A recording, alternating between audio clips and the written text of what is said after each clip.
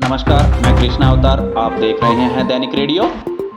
आज राष्ट्रीय महिला आयोग ने दिल्ली के सीएम अरविंद केजरीवाल के निजी सचिव विभव कुमार को नोटिस भेजकर शुक्रवार को तलब किया है। विभव पर आप की सांसद स्वाति मालीवाल के साथ बदसलूकी का आरोप है। बता दें कि इसी मामले में आज गुरुवार दोपहर 1 बजे दिल्ली पुलिस की स्पेशल सेल के एडिशनल सीपी और additional DCP north Swati Maliwal का बयान दर्ज करने के लिए उनके घर पहुंचे थे। इसी बीच कांग्रेस महासचिव प्रियंका गांधी ने कहा, इसमें दो बातें हैं। पहला, अगर महिलाओं के साथ कुछ गलत होता है तो हम उसके साथ खड़े हैं। मैं हमेशा महिलाओं के साथ ही खड़ी रहती हूं, चाहे वे किसी भी पार्टी की हों। दूसरा, आप आपस में चर्चा करें, आपस में निर्णय लेंगे, ये उन पर है। मुझे उम्मीद है कि केजरीवाल इस मामले में उचित कार्यवाही करेंगे। मनी लॉन्ड्रिंग मामले में गिरफ्तारी को लेकर सुप्रीम कोर्ट का आया बड़ा बयान। आज गुरुवार को सुप्रीम कोर्ट ने कहा कि अगर स्पेशल कोर्ट में मनी लॉन्ड्रिंग केस पहुंच गया है तो ईडी आरोपी को prevention of money laundering act के सेक्शन 19 के तहत गिरफ्तार नहीं कर सकता है।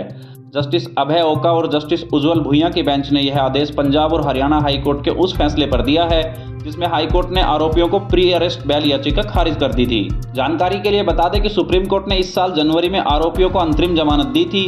वह केस जमीन घोटाले से जुड़ा था जिसमें कुछ रेवेन्यू अफसरों को मनी लॉन्ड्रिंग के तहत आरोपी बनाया गया था। साथ ही बेंच ने यह भी कहा है कि अदालत के समन के बाद अगर आरोपी कोर्ट में पेश हुआ है तो यह नहीं माना जा सकता कि वो गिरफ्तार है। एजेंसी को संबंधित अदालत में कस्टडी के लिए अलग से अप्लाई करना होगा। भारतीय फुटबॉल कप्तान सुनील छेत्री ने की संन्यास की घोषणा। बता दें कि भारतीय फुटबॉल टीम के कप्तान सुनील छेत्री ने इंटरनेशनल फुटबॉल से संन्यास लेने का ऐलान कर दिया है। टीम के फॉरवर्ड खिलाड़ी सुनील छेत्री ने गुरुवार को सोशल मीडिया एक्स पर एक वीडियो शेयर कर संन्यास की सूचना दी है। छेत्री ने कहा कि वह अपना आखिरी मुकाबला 6 जून को कुवैत के खिलाफ खेलेंगे। साथ ही सुनील छेत्री ने यह भी कहा कि मैंने अपने माता पिता और अपनी पत्नी को सबसे पहले इस फैसले के बारे में बताया था। मेरे पिता तो खुश थे लेकिन मेरी मां और मेरी पत्नी रोने लगी थी। दूसरी ओर सुनील छेत्री के पोस्ट पर भारत के स्टार बैटर विराट कोहली ने कमेंट करके लिखा है कि मेरे भाई, हमें तुम पर गर्व है। जानकारी के लिए बता दें कि भारतीय फुटबॉल टीम के लिए सुनील छेत्री ने 94 गोल किए हैं। वो क्रिस्टियानो रोनाल्डो और लियोनेल मेसी के बाद सबसे ज्यादा इंटरनेशनल गोल करने वाले एक्टिव खिलाड़ी हैं। जानकारी के लिए बता दें कि सुनील छेत्री के शानदार प्रदर्शन के लिए साल 2021 में खेल रत्न, साल 2019 में पद्मश्री और साल 2011 में अर्जुन पुरस्कार मिल चुका है। इसके अलावा छेत्री ने अपने शानदार कैरियर में 6 बार AIFF player of the year पुरस्कार भी जीता है। ममता बनर्जी को लेकर आया अधीर रंजन का बड़ा बयान। कांग्रेस सांसद अधीर रंजन चौधरी ने गुरुवार 16 मई को कहा कि मुझे पश्चिम बंगाल की सीएम ममता बनर्जी पर भरोसा नहीं है। वह इंडिया अलायंस छोड़कर भाग गई हैं। वह आगे भी गठबंधन छोड़कर जा सकती हैं। दरअसल ममता ने बुधवार 15 मई को कहा था कि लोकसभा चुनाव के बाद अगर इंडिया अलायंस सत्ता में आता है तो वह उसे बाहर से हर तरह का समर्थन देंगी। साथ ही ममता ने यह भी साफ किया था कि उनका ये समर्थन बंगाल कांग्रेस के लिए नहीं अपितु दिल्ली में बनने वाली गठबंधन की सरकार का होगा।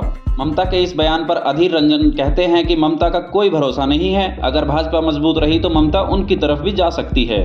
साथ ही उन्होंने यह भी कहा कि ममता पहले कांग्रेस को खत्म करने की बात करती थी। वह कहती थी कि कांग्रेस को 40 से ज्यादा सीटें नहीं मिलेंगी। अब वह कह रही है कि इंडिया अलायंस को समर्थन देंगी। इसका मतलब है कि कांग्रेस और इंडिया अलायंस सत्ता में आ रही है। मणिपुर में 6 दिन में हुई 13 किडनैपिंग्स। मणिपुर सुरक्षा अधिकारियों ने बताया कि राज्य में 8 से 13 मई के बीच करीब 13 लोगों को किडनैप किया गया है। इनमें से 4 पुलिसकर्मी और 1 CRPF जवान भी शामिल है, बाकी स्थानीय लोग हैं। सुरक्षा अधिकारियों ने मीडिया को बताया कि अगवा किए गए लोगों की वास्तविक संख्या इससे कहीं ज्यादा हो सकती है क्योंकि ज्यादातर परिवार गायब हुए लोगों की पुलिस में शिकायत दर्ज नहीं करा रहे हैं। बता दें कि मणिपुर पुलिस ने किडनैपिंग की शिकायतों पर कार्रवाई करते हुए 10 लोगों को अरेस्ट किया है। इसमें मैतेई मिलिशिया ग्रुप आरामबाई तेंग गोल के 2 मेंबर भी हैं जिन पर पहले से पूर्वी इम्फाल में कांगपोकपी जिले के 4 पुलिसकर्मियों को अगवा करने का आरोप है।